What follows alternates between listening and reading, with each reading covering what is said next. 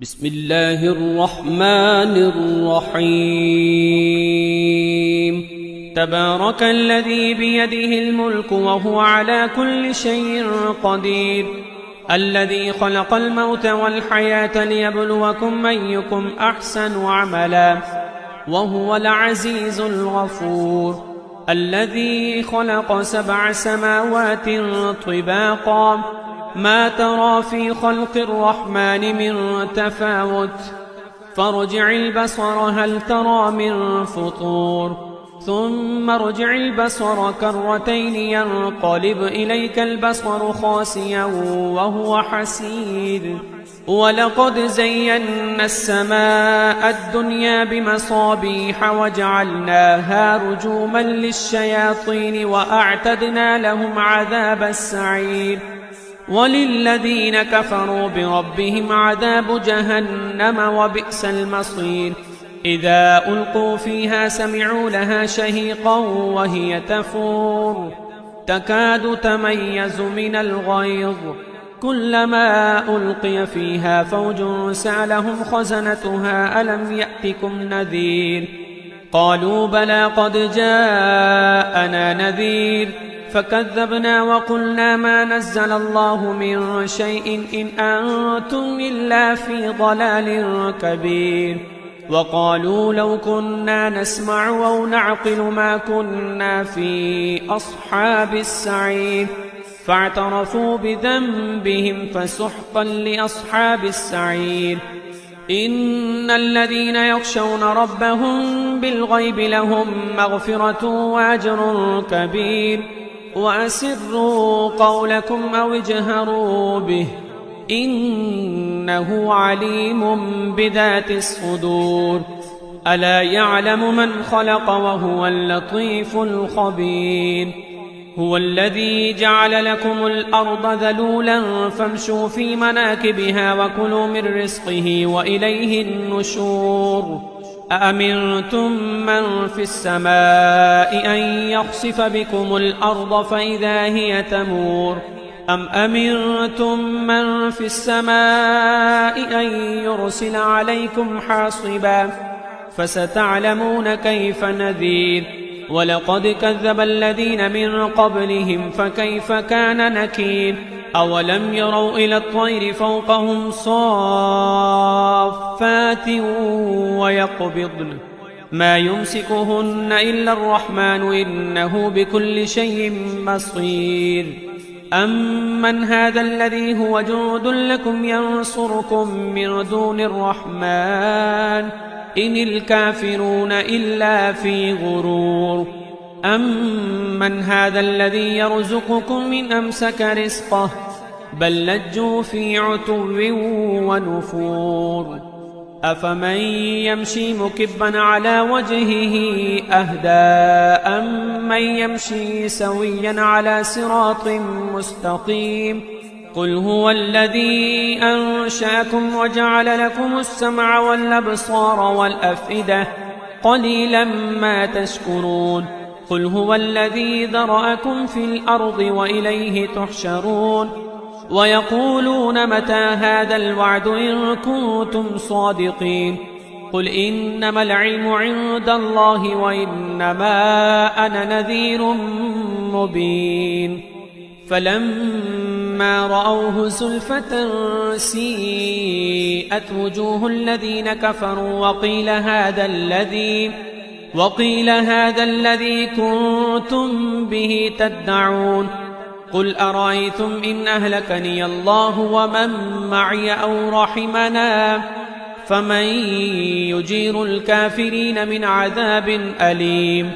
قل هو الرحمن آمنا به وعليه توكلنا فستعلمون من هو في ضلال مبين. قل أرأيتم إن أصبح ماؤكم غورا فمن يأتيكم بماء معين. بسم الله الرحمن الرحيم. نون والقلم وما يسطرون.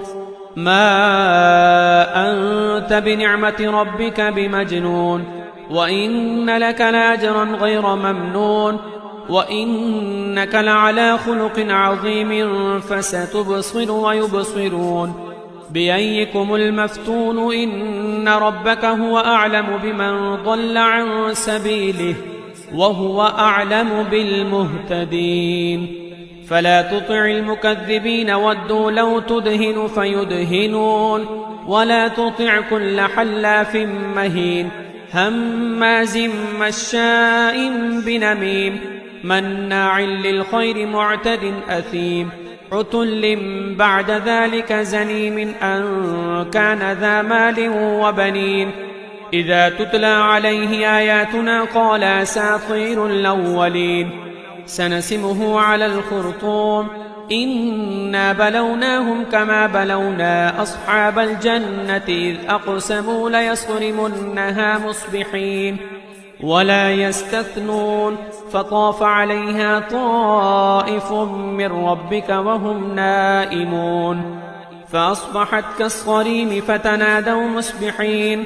أن اغدوا على حرثكم إن كنتم صارمين فانطلقوا وهم يتخافتون ألا يدخلنها اليوم عليكم مسكين وغدوا على حرد قادرين فلما رأوها قالوا إنا لضالون بل نحن محرومون قال أوسطهم ألم أقل لكم لولا تسبحون قالوا سبحان ربنا إنا كنا ظالمين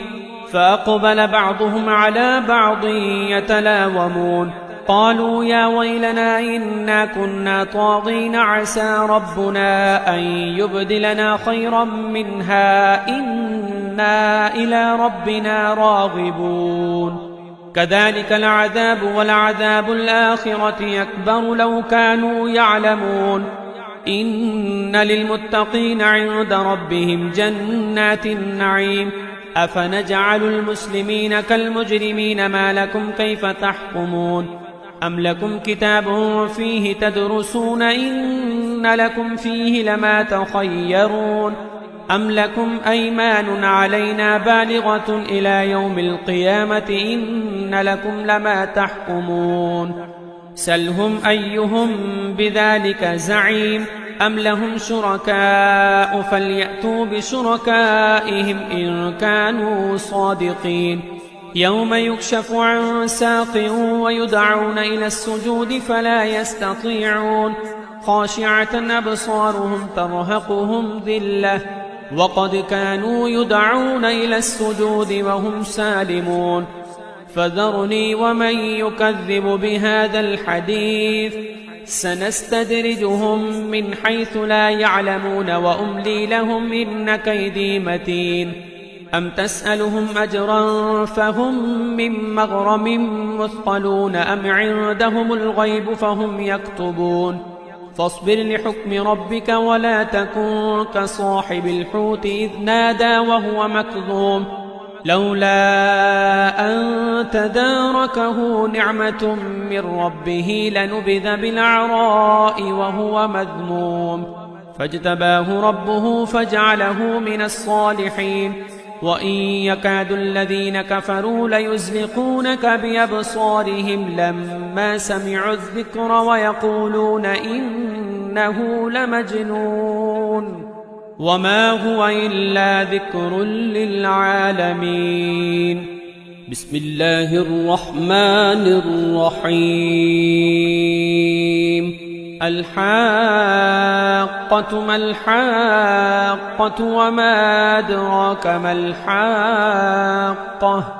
كذبت ثمود وعاد بالقارعة فأما ثمود فأهلكوا بالطاغية وأما عاد فأهلكوا بريح صرصر عاتية سخرها عليهم 7 ليال و8 أيام حسوما فترى القوم فيها صرعا كأنهم أعجاز نخل خاوية فهل ترى لهم من باقية وجاء فرعون ومن قبله والمؤتفكات بالخاطية فعصوا رسول ربهم فأخذهم أخذة رابية إنا لما طغى الماء حملناكم في الجارية لنجعلها لكم تذكرة وتعيها أذن واعية فإذا نفخ في الصور نفخة واحدة وحملت الأرض والجبال فدكتا دكة واحدة فيومئذ وقعت الواقعة وانشقت السماء فهي يومئذ واهية والملك على أرجائها ويحمل عرش ربك فوقهم يومئذ ثمانية يومئذ تعرضون لا تخفى منكم خافية فأما من أوتي كتابه بيمينه فيقول هاؤم اقرءوا كتابيه إني ظننت أني ملاق حسابيه فهو في عيشة راضية في جنة عالية قطوفها دانية كلوا واشربوا هنيئا بما أسلفتم في الأيام الخالية وأما من أوتي كتابه بشماله فيقول يا ليتني لم أوت كتابيه ولم أدر ما حسابيه يا ليتها كانت القاضية ما أغنى عني ماليه هلك عني سلطانيه خذوه فغلوه ثم الجحيم صلوه ثم في سلسلة ذرعها 70 ذراعا فاسلكوه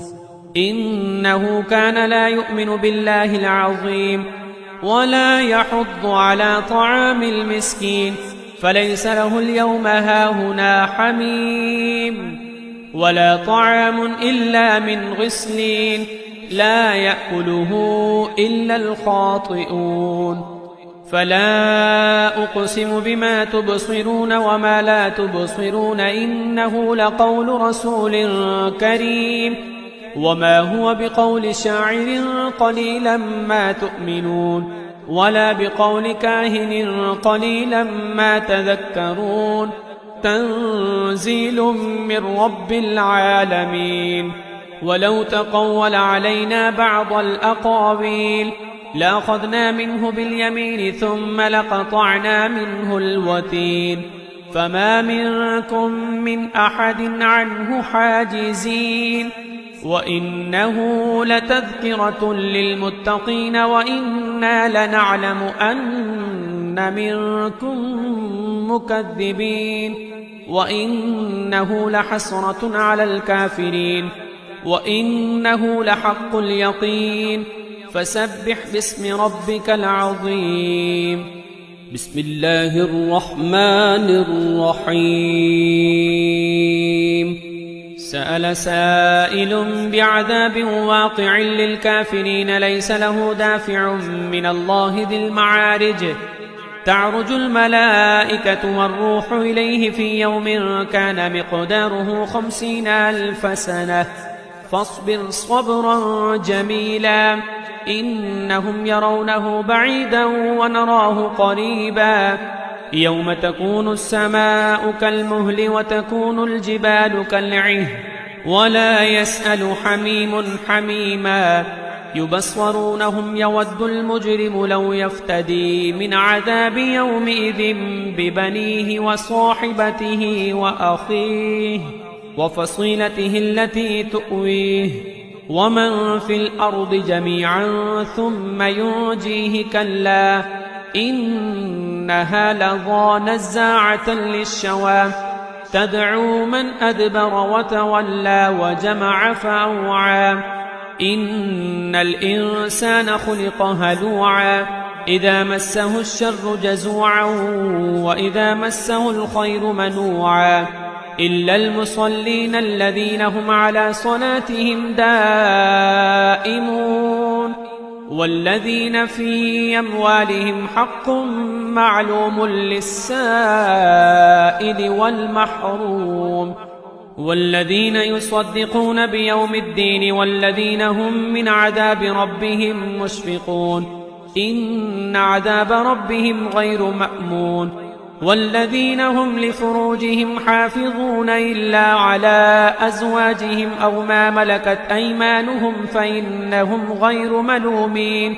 فمن ابتغى وراء ذلك فأولئك هم العادون والذين هم لأماناتهم وعهدهم راعون والذين هم بشهاداتهم قائمون والذين هم على صلاتهم يحافظون أولئك في جنات مكرمون فما للذين كفروا قبلك مهطعين عن اليمين وعن الشمال عزين أيطمع كل امرئ منهم أن يدخل جنة نعيم كلا إنا خلقناهم مما يعلمون فلا أقسم برب المشارق والمغارب إنا لقادرون على أن نبدل خيرا منهم وما نحن بمسبوقين فذرهم يخوضوا ويلعبوا حتى يلاقوا يومهم الذي يوعدون يوم يخرجون من الأجداث سراعا كأنهم إلى نصب يوفضون خاشعة أبصارهم ترهقهم ذلة ذلك اليوم الذي كانوا يوعدون بسم الله الرحمن الرحيم إنا أرسلنا نوحا إلى قومه أن أنذر قومك من قبل أن يأتيهم عذاب أليم قال يا قوم إني لكم نذير مبين أن اعبدوا الله واتقوه وأطيعون يغفر لكم من ذنوبكم ويؤخركم إلى أجل مسمى إن أجل الله إذا جاء لا يؤخر لو كنتم تعلمون قال رب إني دعوت قومي ليلا ونهارا فلم يزدهم دعائي إلا فرارا وإني كلما دعوتهم لتغفر لهم جعلوا أصابعهم في آذانهم واستغشوا ثيابهم وأصروا واستكبروا استكبارا ثم إني دعوتهم جهارا ثم إني أعلنت لهم وأسررت لهم إسرارا فقلت استغفروا ربكم إنه كان غفارا يرسل السماء عليكم مدرارا ويمددكم بأموال وبنين ويجعل لكم جنات ويجعل لكم أنهارا ما لكم لا ترجون لله وقارا وقد خلقكم أطوارا ألم تروا كيف خلق الله 7 سماوات طباقا وجعل القمر فيهن نورا وجعل الشمس سراجا والله أنبتكم من الأرض نباتا ثم يعيدكم فيها ويخرجكم إخراجا والله جعل لكم الأرض بساطا لتسلكوا منها سبلا فجاجا قال نوح رب إنهم عصوني واتبعوا من لم يزده ماله وولده إلا خسارا ومكروا مكرا كبارا وقالوا لا تذرن آلهتكم ولا تذرن ودا ولا سواعا ولا يغوث ويعوق ونسرا وقد أضلوا كثيرا ولا تزد الظالمين إلا ضلالا مما خطيئاتهم أغرقوا فادخلوا نارا فلم يجدوا لهم من دون الله أنصارا وقال نوح رب لا تذر على الأرض من الكافرين ديارا إنك إن تذرهم يضلوا عبادك ولا يلدوا إلا فاجرا كفارا رب اغفر لي ولوالدي ولمن دخل بيتي مؤمنا وللمؤمنين والمؤمنات ولا تزد الظالمين إلا تبارا بسم الله الرحمن الرحيم قل أوحي إلي أنه استمع نفر من الجن فقالوا إنا سمعنا قرآنا عجبا يهدي إلى الرشد فآمنا به ولن نشرك بربنا أحدا وأنه تعالى جد ربنا ما اتخذ صاحبة ولا ولدا وأنه كان يقول سفيهنا على الله شططا وأنا ظننا أن لن تقول الإنس والجن على الله كذبا وأنه كان رجال من الإنس يعوذون برجال من الجن فزادوهم رهقا وأنهم ظنوا كما ظننتم أن لن يبعث الله أحدا وأنا لمسنا السماء فوجدناها ملئت حرسا شديدا وشهبا وأنا كنا نقعد منها مقاعد للسمع فمن يستمع الآن يجد له شهابا رصدا وأنا لا ندري أشر أريد بمن في الأرض أم أراد بهم ربهم رشدا وأنا منا الصالحون ومنا دون ذلك كنا طرائق قددا وأنا ظننا أن لن نعجز الله في الأرض ولن نعجزه هربا وأنا لما سمعنا الهدى آمنا به فمن يؤمن بربه فلا يخاف بخسا ولا رهقا وأنا منا المسلمون ومنا القاسطون فمن أسلم فأولئك تحروا رشدا وأما القاسطون فكانوا لجهنم حطبا وأن لو استقاموا على الطريقة لأسقيناهم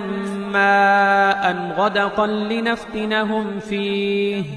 ومن يعرض عن ذكر ربه يسلكه عذابا صعدا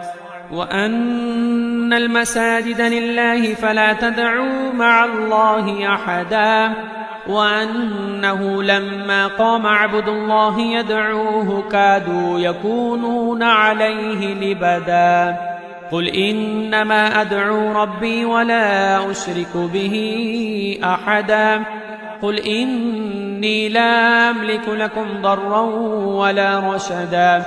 قل إني لن يجيرني من الله أحد ولن أجد من دونه ملتحدا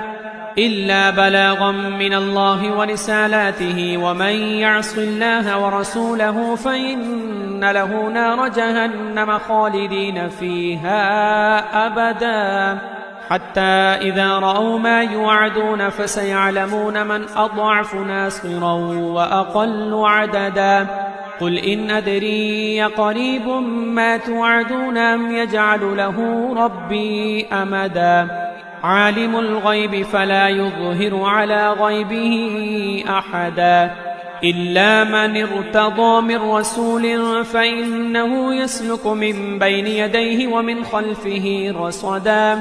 ليعلم أن قد أبلغوا رسالات ربهم وأحاط بما لديهم وأحصى كل شيء عددا بسم الله الرحمن الرحيم يا أيها المزمل قم الليل إلا قليلا نصفه أو انقص منه قليلا أو زد عليه ورتل القرآن ترتيلا إنا سنلقي عليك قولا ثقيلا إن ناشية الليل هي أشد وطئا وأقوم قيلا إن لك في النهار سبحا طويلا واذكر اسم ربك وتبتل إليه تبتيلا رب المشرق والمغرب لا إله إلا هو فاتخذه وكيلا واصبر على ما يقولون واهجرهم هجرا جميلا وذرني والمكذبين أولي النعمة ومهلهم قليلا إن لدينا أنكالا وجحيما وطعاما ذا غصة وعذابا أليما يوم ترجف الأرض والجبال وكانت الجبال كثيبا مهيلا إنا أرسلنا إليكم رسولا شاهدا عليكم كما أرسلنا إلى فرعون رسولا فعصى فرعون الرسول فأخذناه أخذا وبيلا فكيف تتقون إن كفرتم يوما يجعل الولدان شيبا السماء منفطر به كان وعده مفعولا إن هذه تذكرة فمن شاء اتخذ إلى ربه سبيلا إن ربك يعلم أنك تقوم أدنى من ثلثي الليل ونصفه وثلثه وطائفة من الذين معك والله يقدر الليل والنهار علم أن لن تحصوه فتاب عليكم فاقرؤوا ما تيسر من القرآن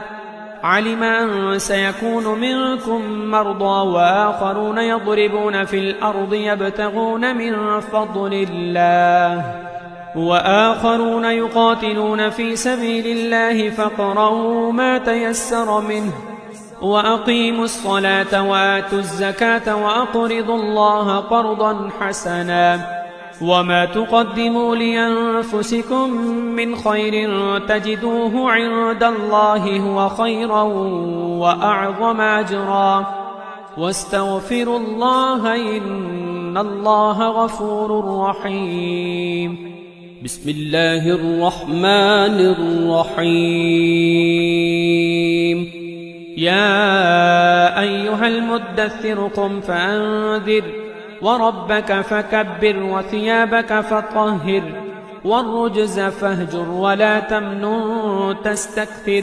ولربك فاصبر فإذا نقر في الناقور فذلك يومئذ يوم عسير على الكافرين غير يسير ذرني ومن خلقت وحيدا وجعلت له مالا ممدودا وبنين شهودا ومهدت له تمهيدا ثم يطمع أن أزيد كلا إنه كان لآياتنا عنيدا سأرهقه صعودا إنه فكر وقدر فقتل كيف قدر ثم قتل كيف قدر ثم نظر ثم عبس وبسر ثم أدبر واستكبر فقال إن هذا إلا سحر يؤثر إن هذا إلا قول البشر سأصليه سقر وما أدراك ما سقر لا تبقي ولا تذر لواحة للبشر عليها 19 وما جعلنا أصحاب النار إلا ملائكة وما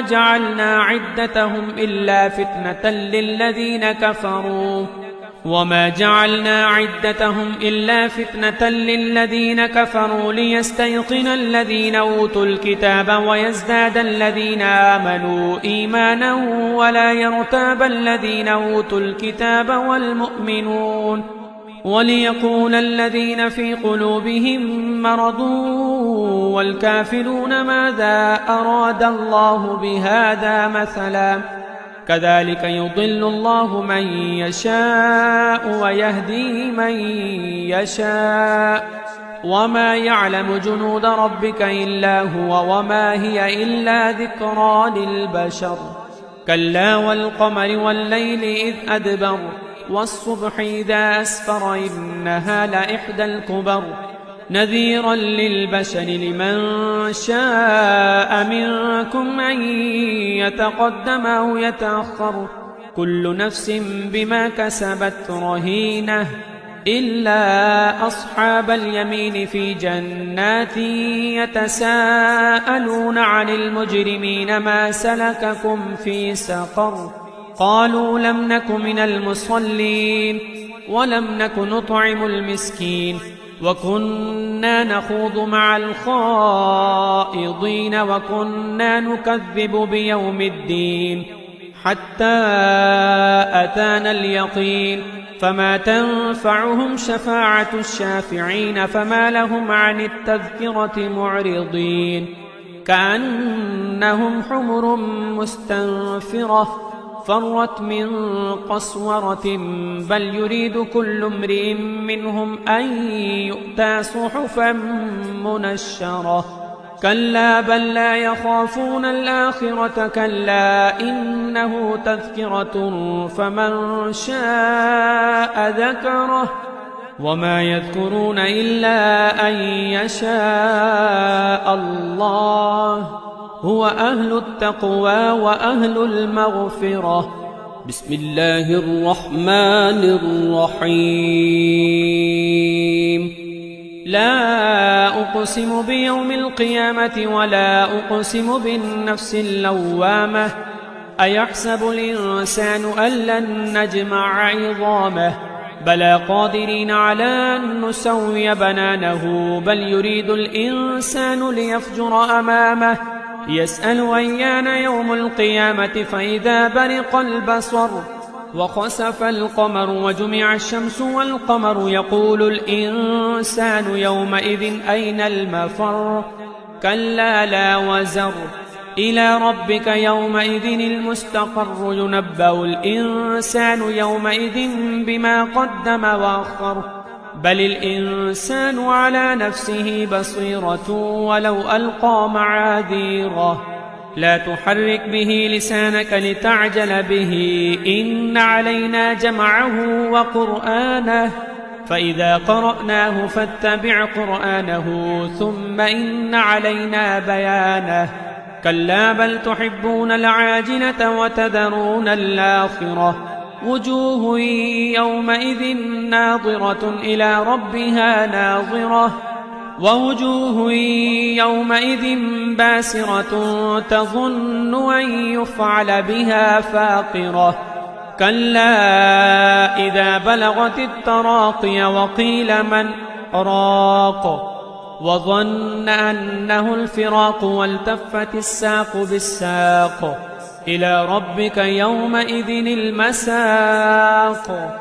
فلا صدق ولا صلى ولكن كذب وتولى ثم ذهب إلى أهله يتمطى أولى لك فأولى ثم أولى لك فأولى أيحسب الإنسان أن يترك سدى ألم يك نطفة من مني يمنى ثم كان علقة فخلق فسوى فجعل منه الزوجين الذكر والأنثى أليس ذلك بقادر على أن يحيي الموتى بسم الله الرحمن الرحيم هل أتى على الإنسان حين من الدهر لم يكن شيئا مذكورا إنا خلقنا الإنسان من نطفة أمشاج نبتليه فجعلناه سميعا بصيرا إنا هديناه السبيل إما شاكرا وإما كفورا إنا أعتدنا للكافرين سلاسل وأغلالا وسعيرا إن الأبرار يشربون من كأس كان مزاجها كافورا عينا يشرب بها عباد الله يفجرونها تفجيرا يوفون بالنذر ويخافون يوما كان شره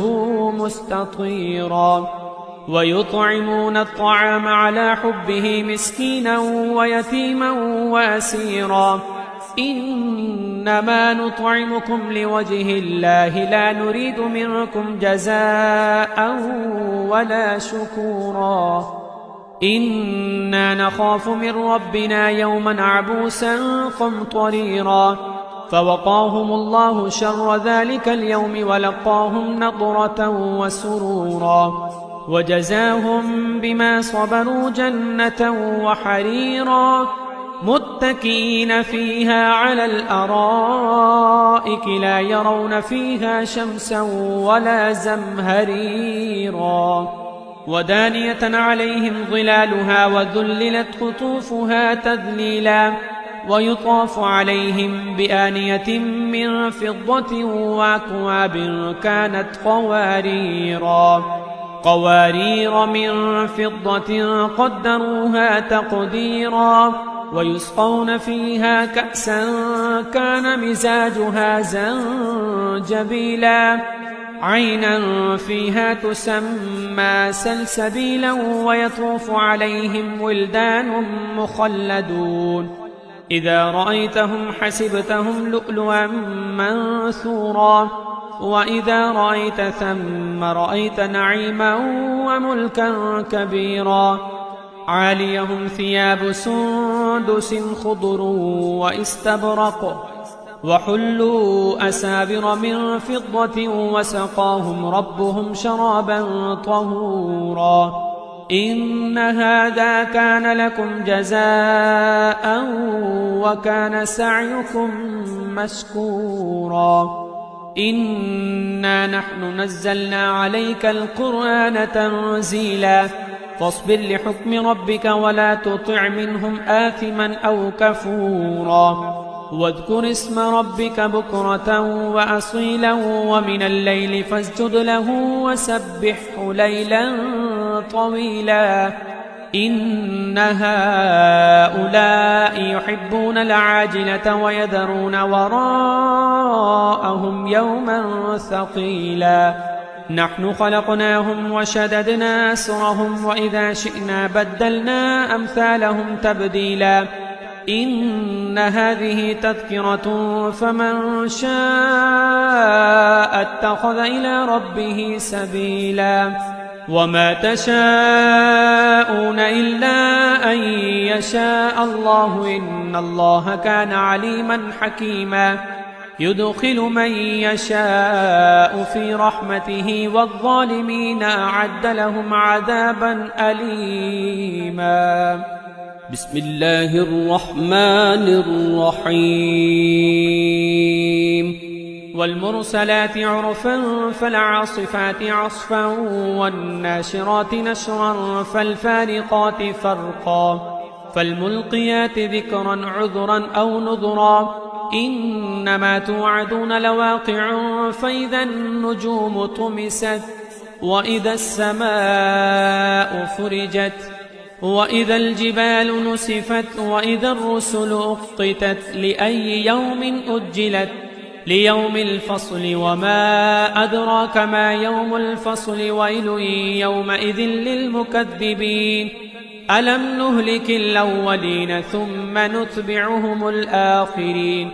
كذلك نفعل بالمجرمين ويل يومئذ للمكذبين ألم نخلقكم من ماء مهين فجعلناه في قرار مكين إلى قدر معلوم فقدرنا فنعم القادرون ويل يومئذ للمكذبين ألم نجعل الأرض كفاة أحياء وأمواتا وجعلنا فيها رواسي شامخات وأسقيناكم ماء فراتا ويل يومئذ للمكذبين انطلقوا إلى ما كنتم به تكذبون انطلقوا إلى ظل ذي 3 شعب لا ظليل ولا يغني من اللهب إنها ترمي بشرر كالقصر كأنه جمالة صفر ويل يومئذ للمكذبين هذا يوم لا ينطقون ولا يؤذن لهم فيعتذرون ويل يومئذ للمكذبين هذا يوم الفصل جمعناكم والأولين فإن كان لكم كيد فكيدون ويل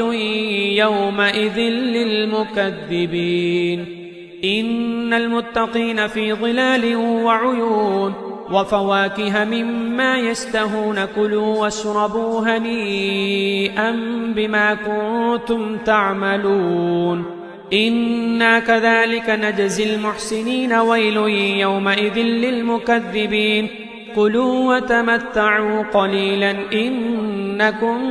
مجرمون ويل يومئذ للمكذبين وإذا قيل لهم اركعوا لا يركعون ويل يومئذ للمكذبين فبأي حديث بعده يؤمنون